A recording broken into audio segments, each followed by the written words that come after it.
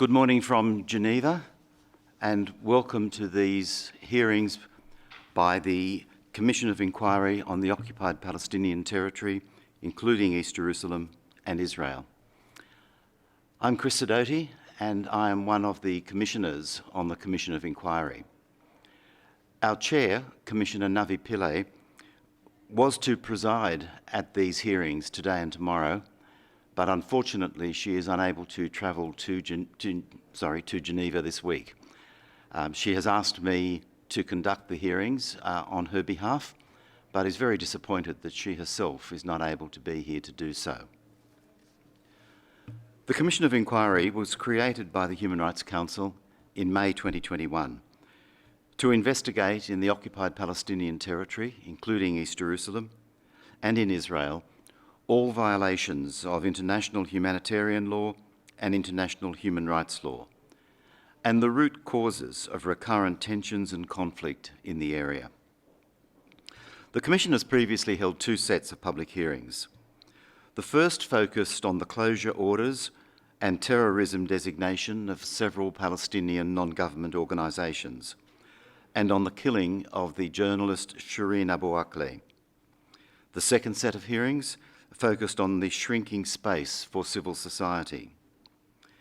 These hearings this week focus on sexual, reproductive and other forms of gender-based violence by the Israeli security forces and Israeli settlers in the occupied Palestinian territory and in Israel since October 2023.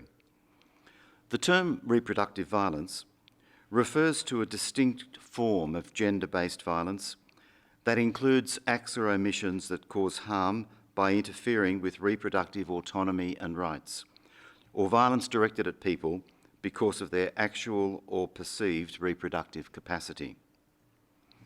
These hearings are part of the Commission's continuing investigations and will include first-hand testimonies from victims and witnesses of sexual and reproductive violence. We will also hear testimony from experts from civil society, academia, and the legal and medical professions. The evidence forms part of the Commission's findings, and it is dealt with in the Commission's report, More Than a Human Can Bear, Israel's Systematic Use of Sexual, Reproductive and Other Forms of Gender-Based Violence since 7 October 2023. That report will be released this week. This first day of hearings will focus on sexual and gender-based violence, including rape and other forms of sexual violence, perpetrated during detention and ground offensives by members of the Israeli security forces and settlers across the occupied Palestinian territory. Tomorrow, we will focus on deliberate attacks on sexual and reproductive healthcare facilities and the impact of the collapsed healthcare infrastructure on women and girls. During the hearings, I will put questions to the witnesses after they have had an opportunity of making their own statements or presenting their own evidence. Participants are free to decline to answer any questions and are permitted to say what they wish to say in adding to the evidence available to the Commission. The Commission is very grateful to those who have agreed to participate in the hearings. Most of the sessions will be public and broadcast live on UNTV. Those participants know that what they say is being broadcast and recorded and have given their consent to that being the case. However, due to protection concerns, a few of the sessions will be closed. The Commission, during the course of this particular area of investigation, has interviewed around 25 male and female victims and witnesses of sexual and gender-based violence. Those interviews have been extensive investigative interviews. From those who were interviewed, a small number have been invited to participate in these hearings. The Commission wishes to give them the opportunity of addressing commissioners directly, telling their story to us directly and not indirectly through our investigators.